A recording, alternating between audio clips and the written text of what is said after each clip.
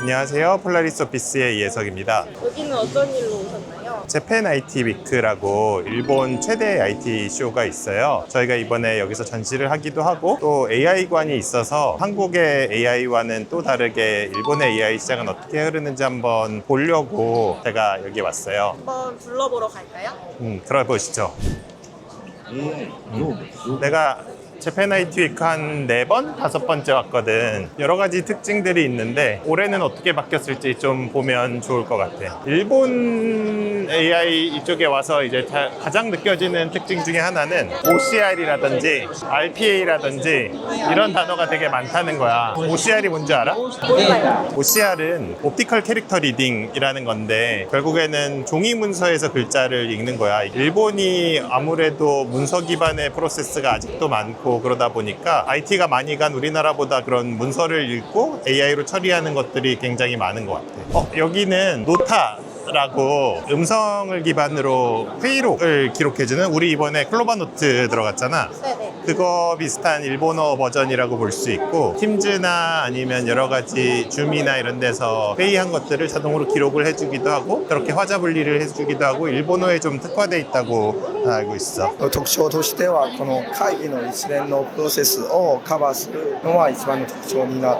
ておりますが、取ったその音声のデータをその AI に任せて要約して、あとはこの記事のした議事録を作成した後にワードとあと PDF としてダウンロードすることもできますし、あとは CRM との連携することもできますので、このようなワンステップで議事録作成はそのノッタの一番の特徴になっております。韓国にもなんか同じようなサービスがありますけど、なんかネイバーでネイバーロバの知ってます。機能面は私はあんまり知らないですが、ノッタは実はこのもちろんその韓国語も対応できますし、あとは特にこの今グローバルの化が進んでいって結構この例えば日本語韓国語混ざっている会議がありますのでリアルタイムに翻訳することもできますので 여러 솔루션들하고 연동이 되는데 이런 걸 연동할 수 있는 API나 이런 것도 제공하는지. 今は API は公開してないですので 지금 아직 공개 안 하고 있어요.予定はありますか？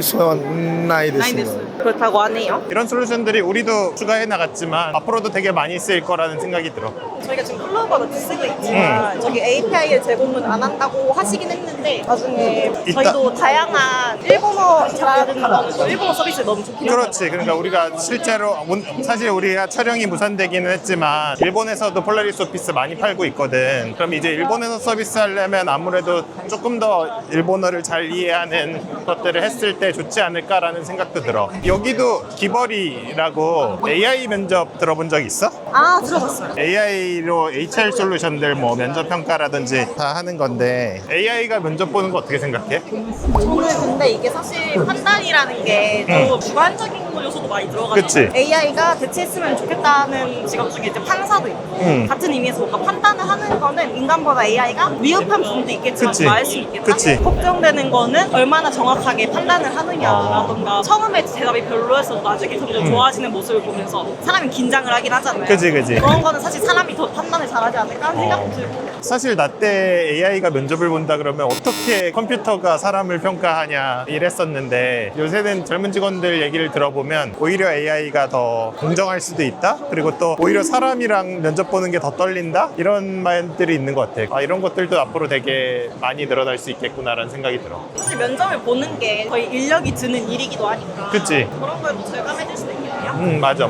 저거 봐. 저기에도 RPA, AI, OCR 이런 거 적혀 있고 거의 뭐 부스에 뭐 한 3분의 1쯤은 저게 적혀 있는 수준이야. 내가 여기 보면서 좀 느끼는 것 중에 하나는 사실 일본이 IT에 뒤져져 있다는 인식이 많잖아. 막 공무원이 발표하는데 OHP 필름 가지고 발표하고 노트북에 막 아직도 RGB 케이블이나 막 이런 것들 있고 근데 어떻게 보면 그런 문서 기반의 프로세스들이 많다 보니까 AI의 활용성이 되게 높은 거야. 그래서 지금 지금 보면 약간 한국보다 어떻게 보면 IT는 좀 늦었지만 AI는 오히려 더 빠르게 가는 느낌? 문서를 처리하는 AI가 한국보다 많이 필요한 거. 사실은 한국은 이미 저런 게 다 전산화돼 있었는데 일본은 아직도 저런 견적선이 무슨 선이 이런 것들이 다 문서로 되어 있는 부분들이 많고, 그러다 보니까 이런 AI OCR 솔루션들이 먼저 많이 쓰였고, RPA나 AI OCR 솔루션들이 어떻게 보면 그래서 DX를 좀 건너뛰고 이런 AI 시대로 우리보다 훨씬 더 많이 가 있는 그런 부분들이 좀 느껴지는 것 같아요. 이게 어떻게 보면 한국 기업들은 좀 LLM 뭐 원천 기술을 개발하겠다 내지는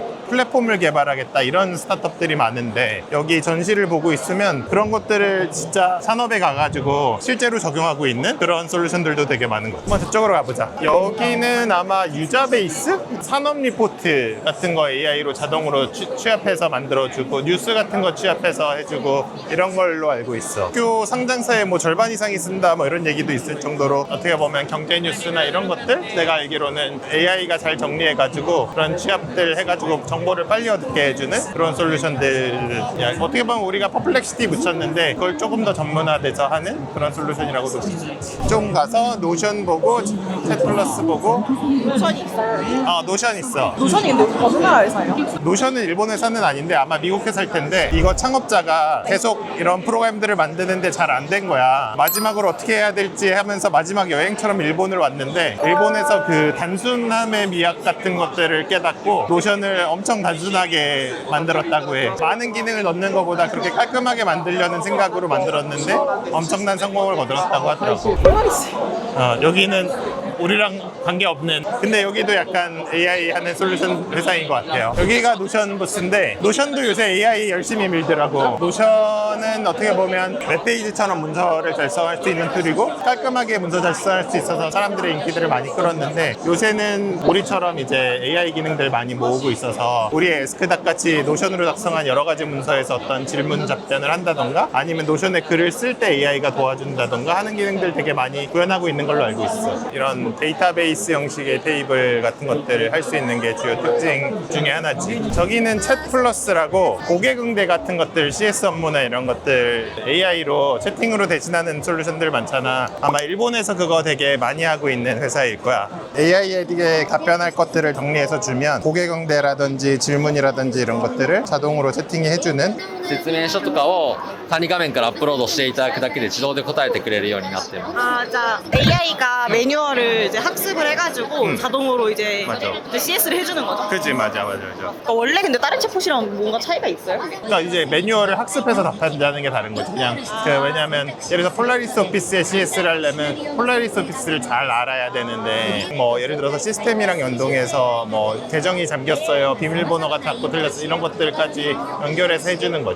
システムと連動して問題を解決するのもできますか？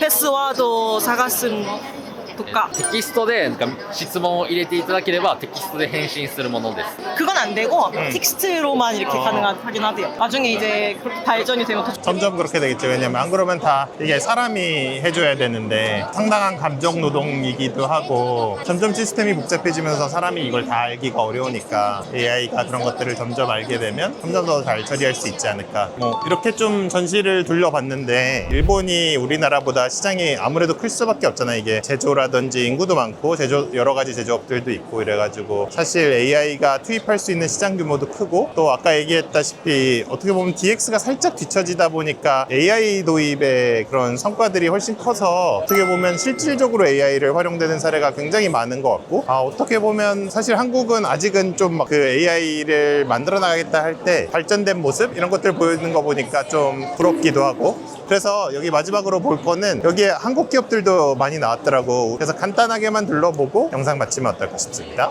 아마 여기 카피 모니터는 저 GPT 킬러라 그래서 GPT 가지고 숙제를 많이 하니까 그것들을 판별해주는 솔루션이라고 알고 있어. 그런 건 궁금한 것 같아요. 그러니까 GPT 킬러랑 GPT랑 싸우면 나중에 결국 어떻게 될까? 현재로서는 GPT 킬러는 챗GPT를 사용해서 만든 문장을 잡는 거여가지고 주로 대학교 측에서 많이 사용을 하고 있어요. 그래서 한국 같은 경우에는 카피 킬러라고 하는데 일본에는 GPT 킬러라는 이름으로. 카피 킬러인데 대학 학교 때 너무 힘들었는데.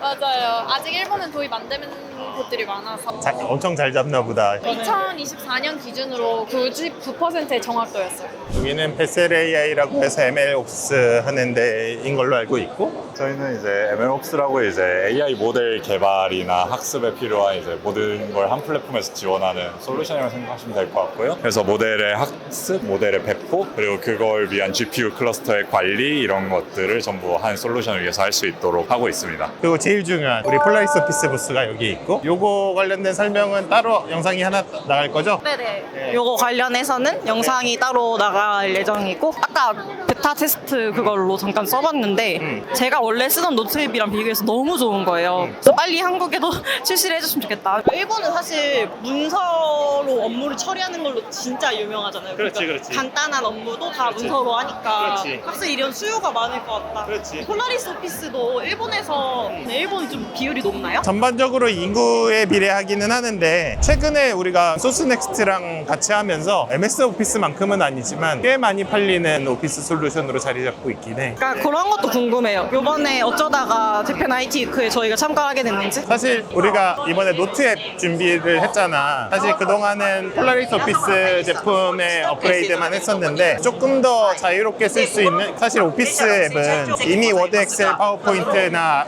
아래 한글 포맷이 정해져 있어서 그거 이상 우리가 뭔가 자유도를 갖고 할 수 있는 거는 별로 없단 말이야. 우리가 가지고 있는 기술을 가지고 진짜 훨씬 더 예쁘고 여러 가지 문서 작성을 편하게 할 수 있는데, 그런 한계들을 좀 갖고 있었어. 그래서 그런 제약에서 좀 벗어나서 한번 우리가 만들고 싶은 걸 만들어 보자 라는 생각을 하고 있고, 그래서 이제 만든 게 이제 노트앱인 거지. 노트앱은 기존의 문서 파일들을 활용할 수 있지만 그거 외에도 우리가 제공하는 여러 가지 필기 기능, 아니면 꾸미는 기능, 여러 가지 스티커나 이런 것들 활용해서 정말 예쁘고 빠르게 노트 테이킹을 할 수 있는 그런 솔루션이야. 저희가 이제 다양한 국가에 지금 서비스를 하고 있잖아요. 저희의 주요 지금 타겟은 어느 국가인지 좀 궁금합니다. 뭐 우리는 글로벌 솔루션이니까 전 세계인이 다 쓸 수 있는 그런 솔루션을 만들고 있어. 이 나라는 조금 더 공략하고 싶다는 그런 거? 아무래도 미국이나 일본 이런 시장들 공략하고 싶지. 미국은 계속 혁신이 일어나는 동네이기 때문에 거기에서 앞서 나가는 것 자체가 어떻게 보면 새로운 혁신의 리더가 되는 거라고 볼 수도 있고, 일본은 이번에도 봤겠지만 문서를 기반으로 한 프로세스의 처리 이런 거에 대한 시장이 엄청나게 크고 개선의 여지도 아직 엄청나게 많이 있는 시장이고, 또 시장 규모도 굉장히 큰 데다 AI에 대한 투자를 정부가 아주 정밀하게 해나가고 있다고 하더라고. 그래서 사실 우리나라도 조금 더 그런 정부의 지원 정책이나 아니면 이런 것들을 키워나가는 그 여러 가지 제도적인 뒷받침을 좀 해주면 좋을 것 같아. 지금 이 넓은 부스를 엄청 다 돌아다녀 봤는데 AI자가 안 붙어 있는 부스가 없잖아요. 재팬 IT 위크 거의 뭐 전부에 AI를 하는 업체 이렇게 많고 이렇게 다양하게 쓰이고 있다. 이런 것들이 정말 피부로 느껴지는 것 같아요. 앞으로 AI가 어떻게 될까를 조금 더 잘 볼 수 있는 것 같고, 라스베가스에서도 AI 관이 있었고 CES에서도, 근데 여기서도 AI 관이 있었는데 미국에서 쓰는 AI는 공장 자동화 쪽에 최적한 것도 많았고 되게 다양했는데, 일본은 확실히 진짜 말씀하신 대로 문서가 많은 것 같고. 물론 CS 자체의 특성일 수도 있어. 여기도 이제 IT 위크가 아니라 다른 전시는 그럴 수도 있는데, 아무래도 여기를 보고 있으면 그런 것들이 되게 많다는 얘기는 생각은 확실히 드는 것 같아요. 우리 PD님도 이제 AI에 대해서 조금 더 이해했나? 네, 저는 옛날에 진짜 솔직히 관심이 없었거든요. 옛날에는 계속 다니다 보니까 이런 데 와서 좀 더 주의 깊게 보게 되더라고요. 우리 회사랑 비교해서 어떤지, 이거 우리 회사에도 같이 API 도입하면 좋겠다, 이런 회사들도 많이 보였고 되게 재밌는 경험이었습니다. 앞으로 우리가 조금 더 뭐 AI나 이런 거에 대한 정보를 한번 또 잘 전달하려면 우리 PD님이 또 잘 알아야 되니까 그거를 높이는 계기이기도 했을 것 같아요. 네. 그러면은 영상은 오늘 이렇게 마치고, 거의 일주일 동안 전시 준비하고 전시하고 하느라고 고생한 직원들 회식하러 갑니다. 오늘 영상 이대로 마치겠습니다. 감사합니다. 안녕.